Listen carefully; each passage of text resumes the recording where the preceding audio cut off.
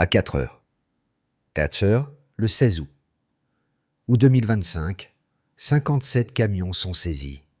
Sur le tarmac, l'image d'un convoi intercepté près de la frontière expose des armes assez puissantes pour équiper une armée entière et déclenche une enquête menée sous l'autorité d'État, tandis que le capitaine Moussa Kaboré devient le visage du premier arrêt, que les numéros de série suggèrent des provenances variées et que la crainte d'une escalade, de pression diplomatique ou de sanctions plane déjà sur Ouagadougou. Pourquoi ce choc redéfinit-il ici la marge d'Ibrahim Traoré? Tout peut changer, très vite.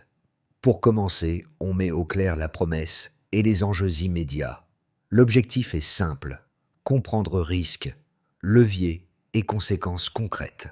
L'enjeu central tient à une équation instable où sécurité, souveraineté et diplomatie avancent ensemble sans garantie d'équilibre durable.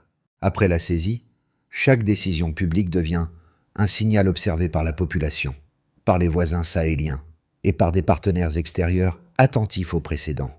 La promesse est d'examiner les faits disponibles sans amplification, de distinguer ce qui est établi de ce qui reste hypothétique et de mesurer les coûts de chaque option. Le risque, lui, est double. Une réponse trop dure peut provoquer une escalade régionale. Une réponse trop prudente peut installer l'idée d'une vulnérabilité persistante. Ibrahim Traoré se trouve ainsi au centre d'un test de crédibilité, où la fermeté doit cohabiter avec la transparence, et où la communication compte autant que l'action. Cela ouvre un parcours structuré, allant des preuves aux impacts, pour éclairer les choix possibles et leurs limites. Un détail discret mais essentiel ressort aussi. Ce convoi n'était pas isolé, il était synchronisé. Les premiers relevés confirment un volume capable d'équiper une force entière, avec 57 camions interceptés en un point de passage clé, révélant une orchestration transnationale plutôt qu'un trafic opportuniste. À partir de là, le contexte se resserre. Les autorités établissent que la saisie du 16 août 2021 n'est pas un accident de frontière, mais l'aboutissement d'une chaîne logistique longue, segmentée et volontairement opaque. Les numéros de série indiquent des origines multiples, ce qui suggère une agrégation progressive des cargaisons, conçue pour diluer les responsabilités et compliquer les traçages. Dans ce cadre, la décision d'ouvrir une enquête approfondie place l'exécutif face à une double contrainte: agir vite pour sécuriser, agir juste pour éviter l'escalade. Sous la direction d'Ibrahim Traoré, l'enquête adopte une ligne de communication calibrée. La transparence devient un outil stratégique autant qu'un impératif politique, destiné à rassurer l'opinion nationale et à baliser les réactions internationales. Cette posture vise à fixer un récit factuel, ce qui a été saisi, ce qui est établi et ce qui reste à démontrer. Elle réduit l'espace des spéculations tout en laissant ouverte la coopération nécessaire avec les voisins du Sahel. Dans les heures suivantes, un exemple concret montre la bascule. Le capitaine Moussa Kaboré, premier à stopper le convoi, agit sans certitude sur la nature exacte de la cargaison, ni sur les risques immédiats. Son initiative crée un effet domino. Sécurisation du site, gel des flux, collecte des preuves. Ce geste, circonscrit mais décisif, transforme un risque latent en preuve exploitable. Le contexte régional pèse lourd. Les routes, les frontières poreuses et les précédents récents alimentent la vigilance. Dès lors, l'enjeu n'est plus seulement de confisquer des armes, mais de démontrer une capacité d'État, identifier, documenter, contenir. C'est ici que se joue la crédibilité d'Ibrahim Traoré, entre fermeté opérationnelle et maîtrise du tempo diplomatique. Le récit s'incarne dans une figure précise, celle du capitaine Moussa Kaboré. Son rôle dépasse l'acte technique d'une interception réussie. Au moment de bloquer les camions, il ne dispose ni d'une vision complète du réseau, ni de garantie sur les réactions possibles en face. Il agit pourtant, assumant un risque immédiat pour lui-même et pour ses hommes. Ce choix crée un point d'ancrage narratif et opérationnel. L'État redevient visible là où l'incertitude dominait. Les impacts précoces se manifestent rapidement. Sur le terrain, la sécurisation du convoi permet de figer une menace potentielle avant qu'elle ne se disperse. Dans la chaîne de commandement, l'information remonte sans délai, ce qui accélère la coordination entre forces de sécurité, renseignements et autorités civiles. Cette fluidité contraste avec des épisodes passés marqués par des retards et des zones grises. Sur le plan symbolique, l'effet est immédiat. Les images des camions immobilisés circulent, alimentant un sentiment de reprise de contrôle. Elles servent de preuve tangible que l'action publique peut produire des résultats concrets. Dans ce cadre, Ibrahim Traoré s'appuie sur l'exemple de Kaboré pour rappeler une ligne directrice. Initiative locale, responsabilité assumée et cohérence nationale. Un second impact apparaît plus discrètement. Les premiers témoignages internes indiquent une modification des comportements aux postes frontières voisins. La vigilance augmente, les procédures sont resserrées et la perception du risque change. L'interception devient un signal dissuasif, même avant toute annonce officielle de réforme. Au final, cette figure aide à relier une décision individuelle à une dynamique collective. L'événement cesse d'être abstrait. Il devient lisible, humain et immédiatement politique. Cela rappelle qu'un acte isolé peut réactiver l'autorité de l'État. L'enchaînement commence par une phase d'activation discrète. Avant l'aube du 16 août 2025, des informations fragmentaires circulent entre postes avancés et unités mobiles.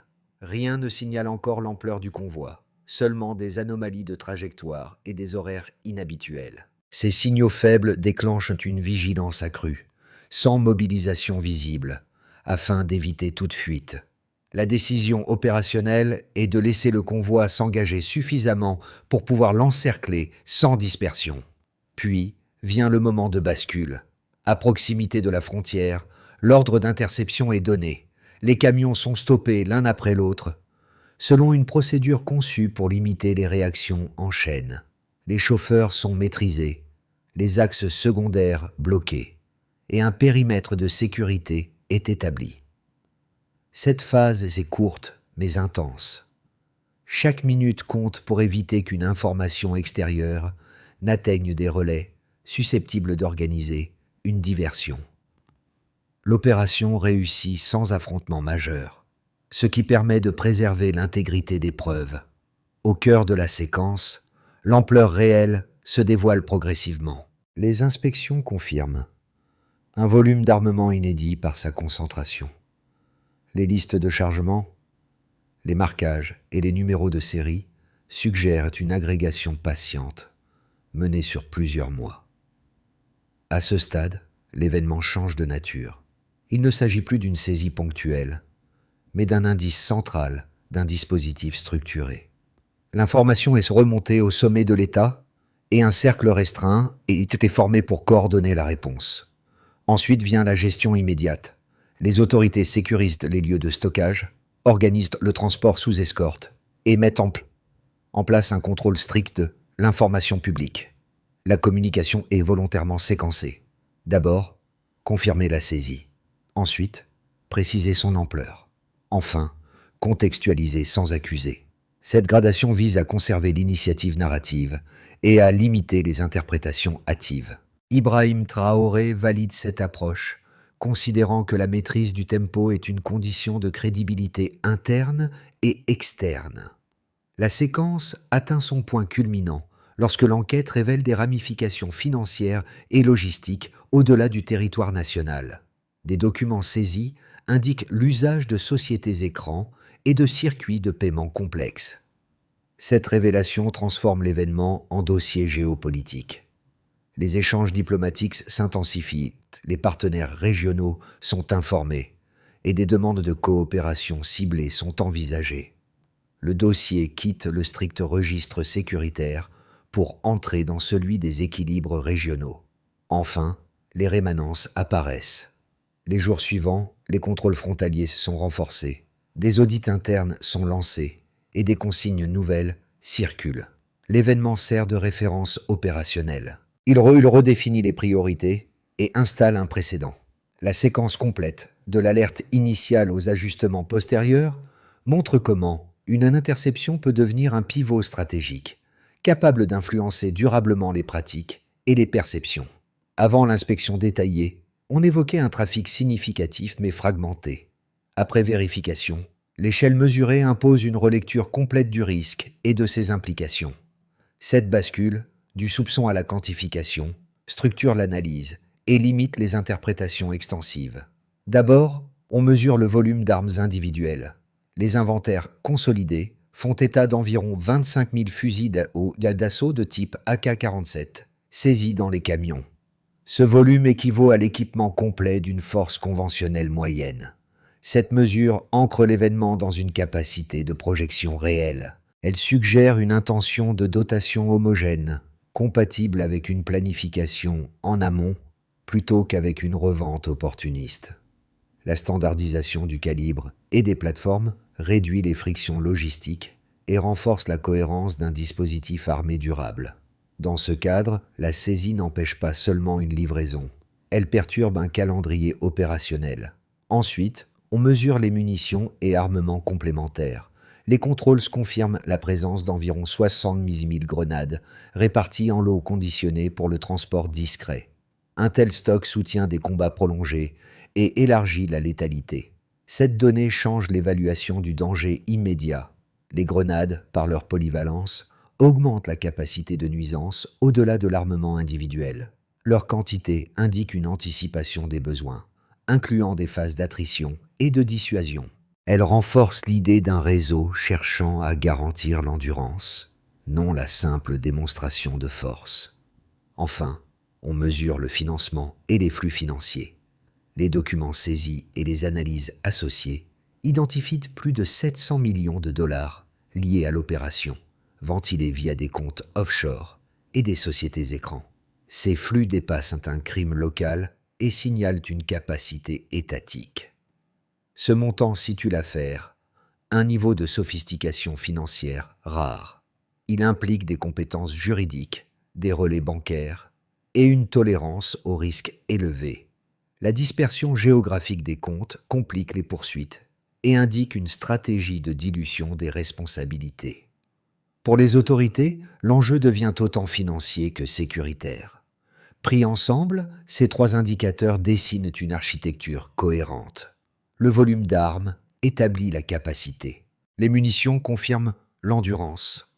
Les flux financiers révèlent l'organisation.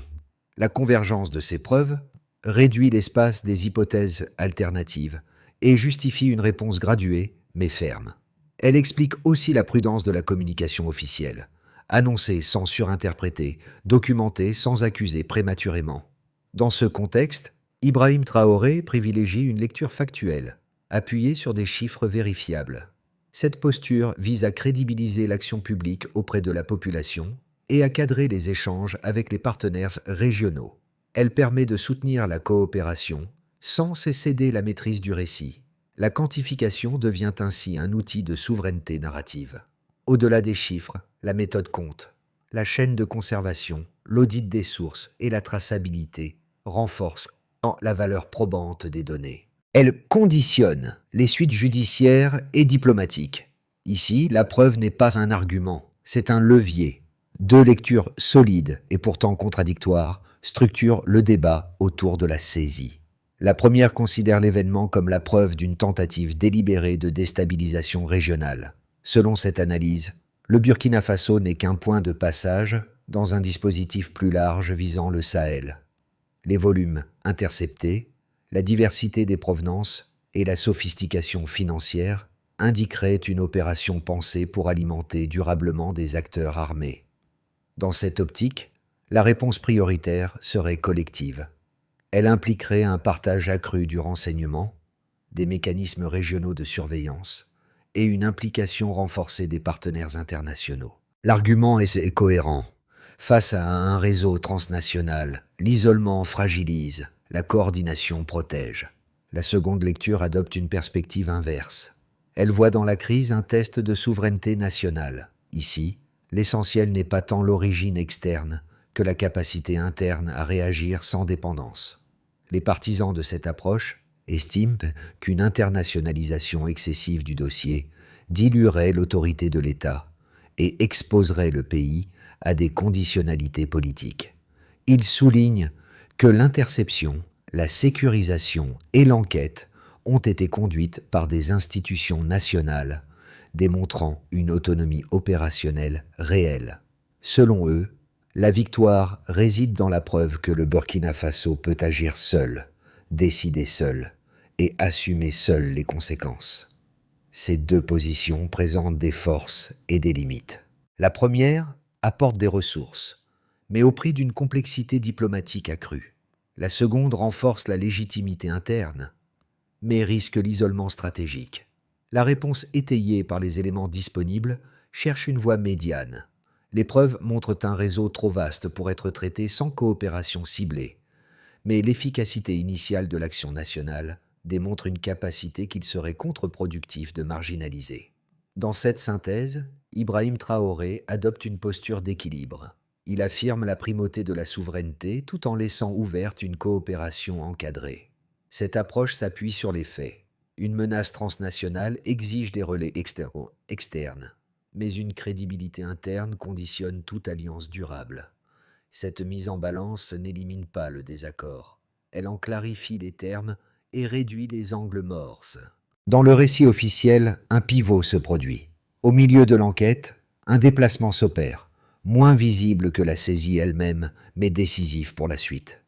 Le discours public cesse de traiter l'affaire comme une menace ponctuelle pour la sécurité. Il la recadre comme un révélateur structurel. Ce changement de focale modifie la compréhension des enjeux et la hiérarchie des priorités. La prise de parole d'Ibrahim Traoré cristallise ce moment. Le message est volontairement simple, presque dépouillé, mais son implication est lourde. L'État affirme qu'il a vu, compris et enregistré. Cette déclaration n'ajoute pas de faits nouveaux. Elle requalifie ceux qui sont déjà établis. L'événement n'est plus seulement une interception réussie, il devient un test de lucidité nationale.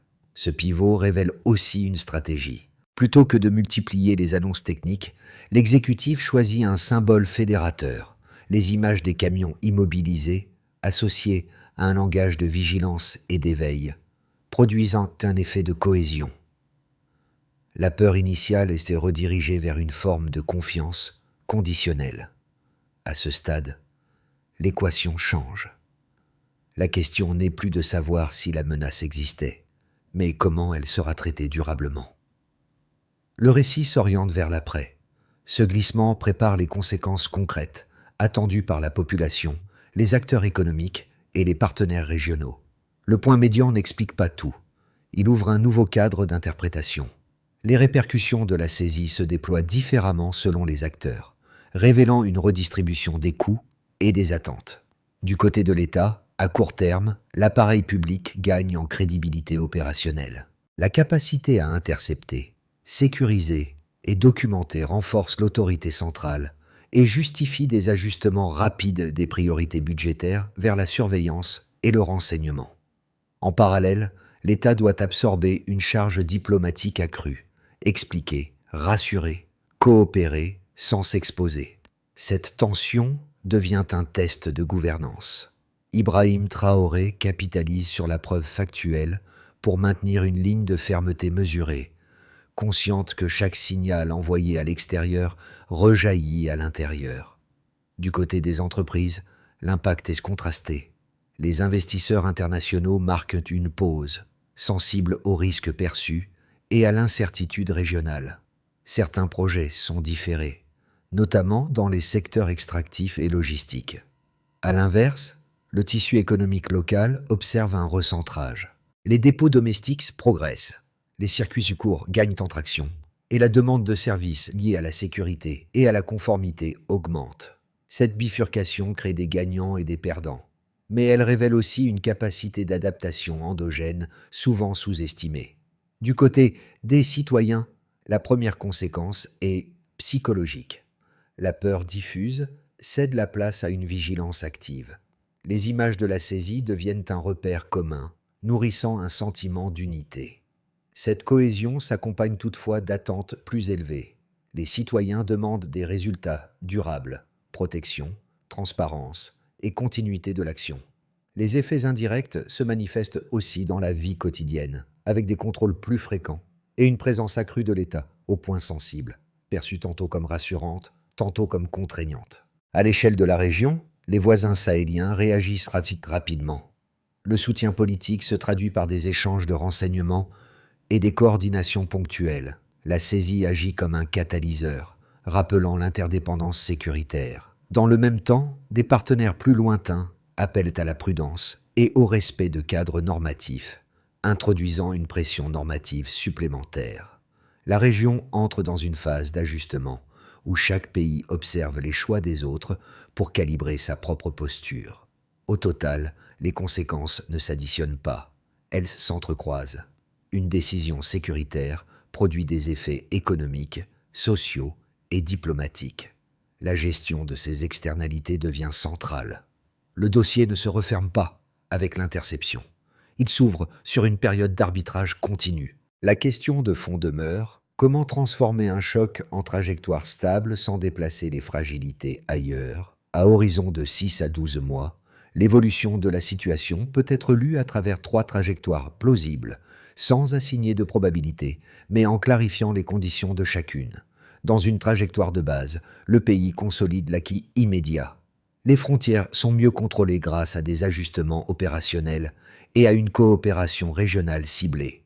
La pression sécuritaire diminue lentement, sans disparaître. Sur le plan économique, la confiance locale amortit le retrait partiel des capitaux étrangers.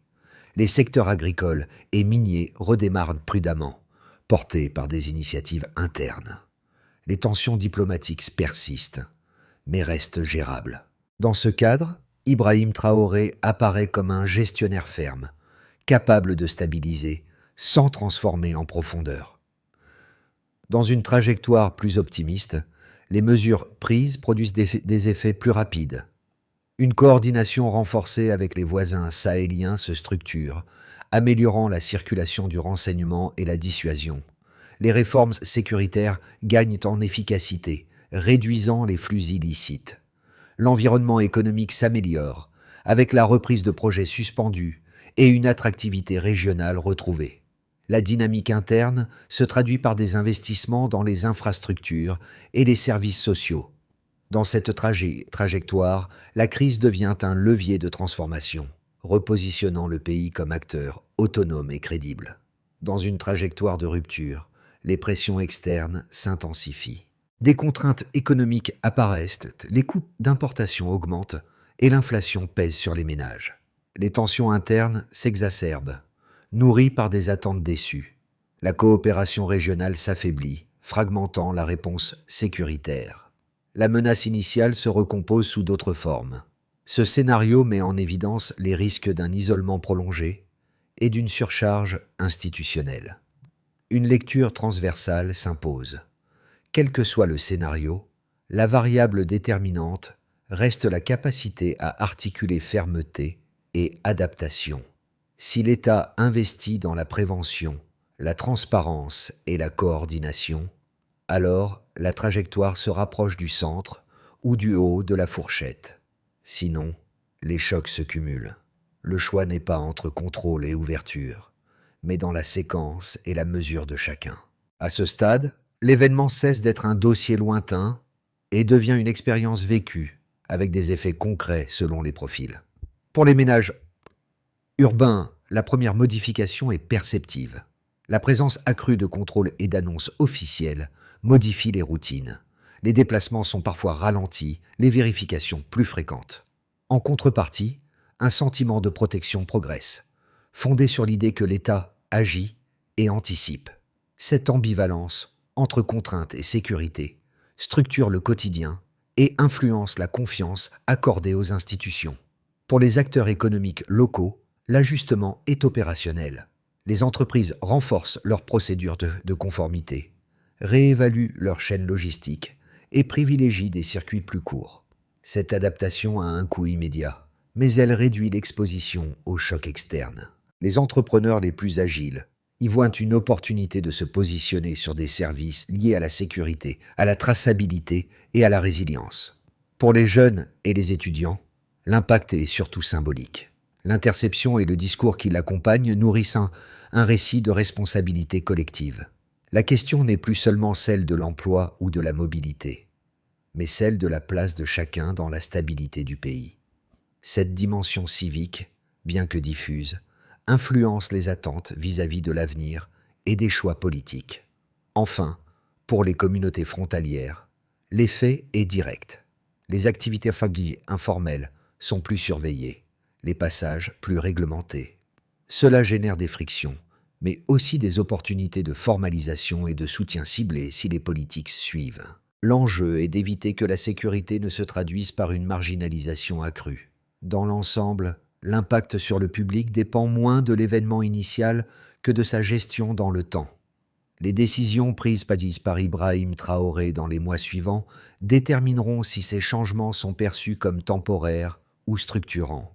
À partir des éléments qu'État-Citis établit, une feuille de route pragmatique se dessine, structurée en étapes lisibles, sans ajouter de faits nouveaux, mais en ordonnant l'action. D'abord, il s'agit de sécuriser et d'auditer. Les autorités consolident les contrôles aux points sensibles et auditent les procédures existantes. L'objectif est d'identifier les failles opérationnelles révélées par l'événement et de les corriger rapidement avec des indicateurs simples de conformité et de réactivité. Ensuite, il faut intégrer le renseignement. La coordination entre forces de sécurité, douanes et services financiers est renforcée par des cellules communes d'analyse. Cette intégration vise à détecter plutôt les signaux faibles et à réduire les angles morts, en particulier sur les flux logistiques et financiers. Puis, il convient de cadrer la coopération externe. Des partenariats ciblés sont activés avec les voisins immédiats et des interlocuteurs techniques selon des mandats précis et réversibles. L'enjeu est d'obtenir des capacités complémentaires sans diluer la chaîne de décision nationale. Parallèlement, une dimension symbolique peut être transformée. Une partie des saisies est réaffectée à des usages civiques ou éducatifs sous contrôle institutionnel. Cette transformation matérialise le passage de la menace à l'investissement collectif, renforçant l'adhésion sociale. Enfin, il faut mesurer et ajuster. Chaque action est associée à des critères d'évaluation publique. Délai, couverture territoriale, perception citoyenne. Les ajustements sont annoncés et expliqués afin de maintenir la confiance. Dans cette séquence, Ibrahim Traoré assume un rôle d'arbitre du tempo. Il fixe les priorités, valide les coopérations et garantit la cohérence entre sécurité, économie et diplomatie. La feuille de route n'est pas un plan figé, c'est un cadre évolutif. Sa réussite dépendra de la constance de l'exécution et de la capacité à corriger sans perdre le cap. Le récit revient à son point d'appui humain. Au début, il y avait un geste risqué, pris dans l'obscurité, par le capitaine Moussa Kaboré. Ce moment précis, presque silencieux, a déclenché une chaîne d'effets qui dépasse largement l'interception elle-même. Et il rappelle que dans des contextes fragiles, l'histoire bascule souvent sur des décisions individuelles assumées sans certitude de protection. Avec le recul, ce geste devient un symbole. Non pas celui d'une victoire totale, mais celui d'une capacité retrouvée à agir, à décider, à ne pas détourner le regard. C'est ce symbole que l'exécutif a choisi de mettre en avant pour transformer la peur. Biasao, habilité partagée. Dans cette narration, Ibrahim Traoré s'inscrit comme le garant de la continuité entre l'acte initial et la trajectoire collective. Il ne s'agit pas d'héroïsation, mais de cohérence. La force de ce rappel tient à sa simplicité. Une interception, une décision, une conséquence nationale. Ce fil relie les acteurs, des soldats aux citoyens, des frontières aux institutions. Il rappelle que la souveraineté n'est pas un slogan abstrait, mais une somme d'actes concrets, répétés, défendus. Un geste peut réactiver un État. La question qui demeure n'est pas celle du passé, mais de la persistance.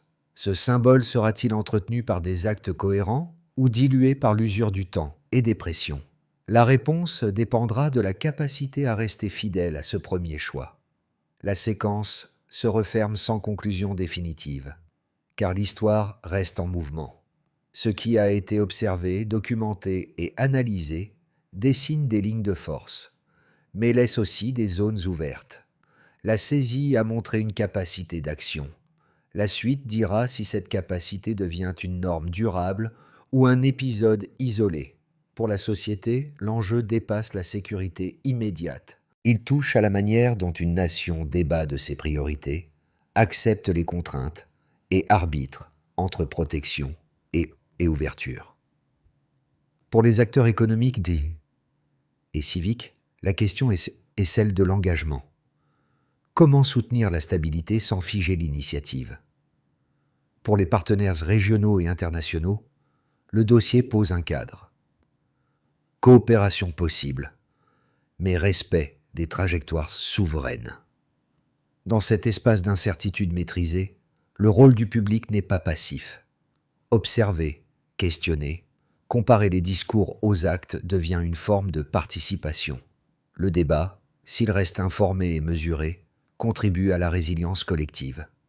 La question finale reste volontairement ouverte.